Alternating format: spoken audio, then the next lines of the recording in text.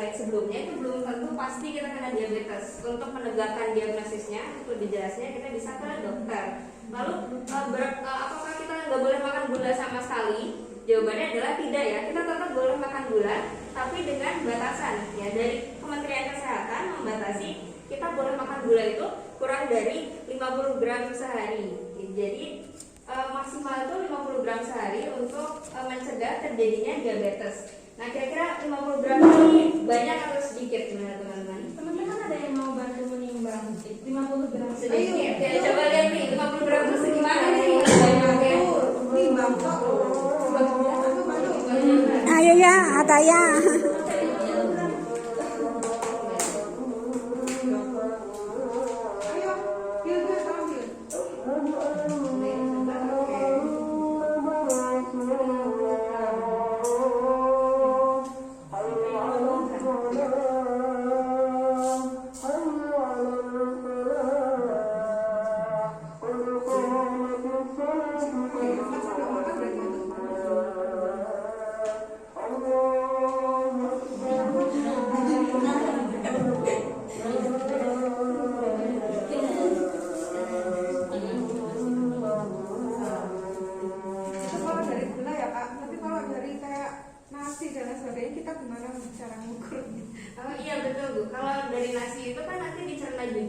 Dari pati jadi glukosa. Nah, sebenarnya kalau makan nasinya selama makan nasinya tidak berlebihan itu tidak apa-apa karena gula juga dipakai untuk energi. Yang penting energi yang masuk itu harus lebih sedikit daripada energi yang keluar biar nggak terlalu banyak menumpuk di dalam tubuh. Ya, seperti itu. Oke. Ini 50 gram gula ya teman-teman. Jadi ini adalah maksimal gula yang bisa kita konsumsi dalam sehari. Rekomendasi dari Kementerian Kesehatan. Oke, nah tapi ini loh teman-teman, ternyata tanpa kita sadari ya banyak banget di sekitar kita makanan-makanan yang tanpa kita sadari gulanya tuh tinggi banget gitu. Misalnya kayak minuman kemasan ya. Contohnya coba kita lihat di slide berikutnya. Ini ada tabel informasi nilai gizi. Oke, teman-teman di sini ada nggak yang kalau mau beli produk ini tabel informasi nilai gizinya dibaca dulu? Ada? Kadang-kadang. Oh, kadang-kadang atau harganya ya, harganya harganya harusnya expirednya dan informasi nilai gizinya juga ya. Nah, kita lihat.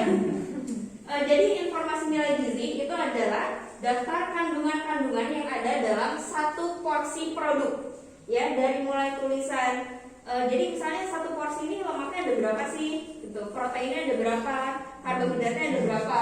Nah, ini dituliskan dalam informasi nilai gizi. Karena kita sedang bahas gula, jadi kita fokusnya ke gula. Oke, kalau di sini gulanya ada berapa banyak nih? 16 gram. 16 gram, ya betul ya.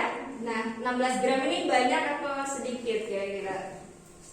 Sedikit. Nah, coba kita lihat 16 gram gula itu segimana sih? Ada yang mau bantu?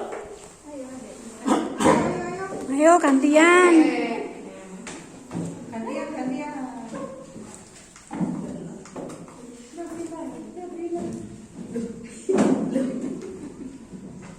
Ya, 16 gram gula.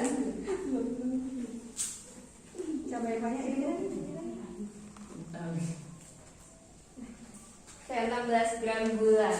Segini ya, sekitar 1 sendok makan gula. Tapi mungkin kelihatannya sedikit ya kalau kita bandingkan dengan gula harian kita. Tapi coba kita lihat ke bagian informasi dari gizinya lagi. Di bagian jumlah sajian, serving size. Sudah ketemu semuanya? Jumlah sajian sudah ketemu semuanya? Ya. Nah, di situ ada berapa sajian?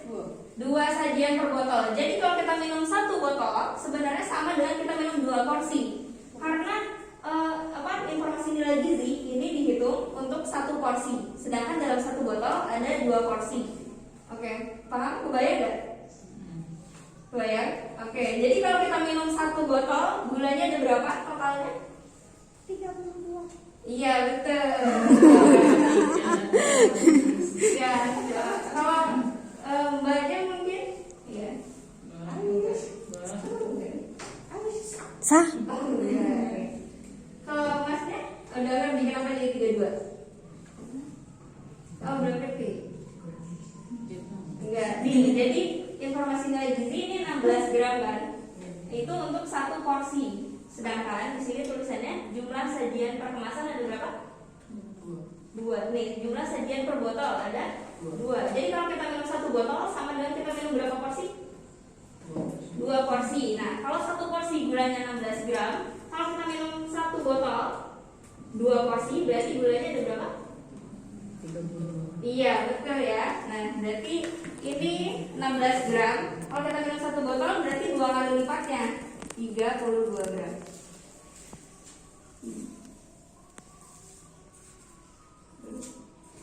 Nah, oke. Sekitar segini ya. Coba kita bandingkan. Ini udah hampir setengahnya, setengah kebutuhan gula harian kita. Tapi coba bayangin kalau kita minum minuman kemasan ini nggak cuma 1 botol sehari, bisa berbotol-botol dan minumnya setiap hari. Berapa banyak gula yang masuk ke dalam tubuh kita? Selain itu, gula itu nggak cuma dari minuman, teman-teman. Kalau kita masak, kita kan pakai bumbu, garam, gula, tuh ada gula lagi.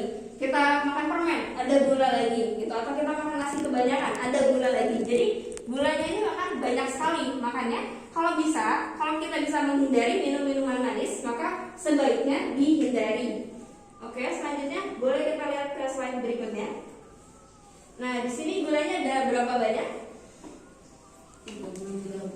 30 gram. Oke, berarti sekitar seginian ya. Dalam 1 porsi ada 30 gram gula. Oke, kita bisa lihat ke yang berikutnya. Oke, itu adalah komposisi. Nah, jadi selain informasi nilai gizi yang ada di sini, kita juga penting untuk memperhatikan komposisi. Komposisi ini adalah, ada yang tahu komposisi itu apa? Komposisi. Iya. Oke, ya betul ya. Komposisi itu bahan-bahan yang digunakan untuk membuat produk ini. Nah, jadi komposisi itu ditulis berdasarkan jumlahnya, teman-teman. Jadi semakin banyak, maka ditulisnya semakin awal. Kita lihat di slide berikutnya. Coba kita lihat yang atas dulu yang warna biru. Berarti di sini komposisi yang paling banyak adalah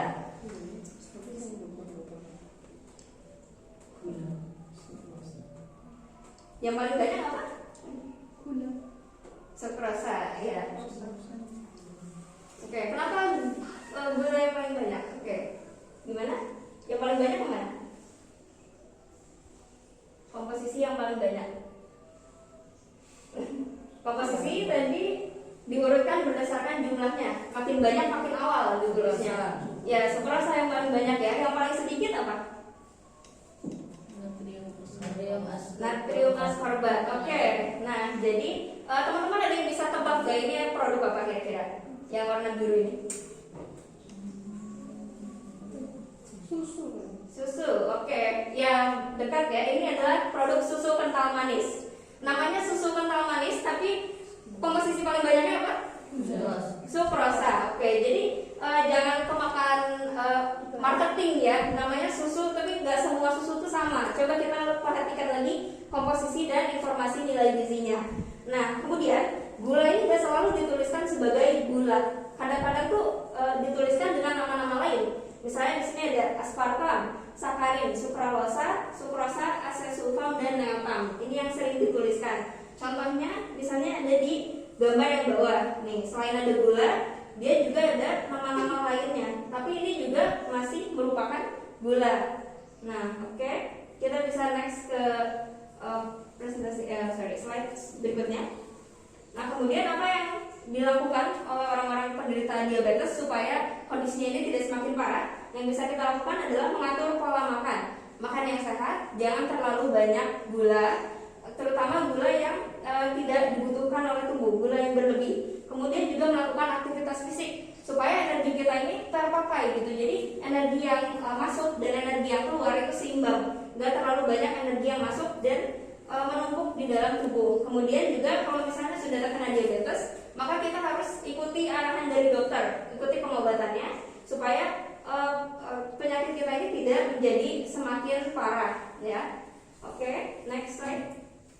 Ya, itu tadi presentasi dari kita. Jadi sebenarnya bukan berarti kita nggak boleh makan gula ya, tetap boleh, cuma diperhatikan jumlahnya. Kalau lagi nggak pengen banget, lebih baik nggak usah. Kemudian diseimbangkan juga dengan air putih, minum air putih yang banyak, dan juga kalau misalnya ada teman-teman kita yang belum ngerti soal ini, bisa dikasih tahu juga ya, supaya teman-teman yang lain juga ikut paham tentang informasi nilai gizi, komposisi, dan juga tentang gula. Oke, mungkin sekian dari kami. Ya, terima kasih atas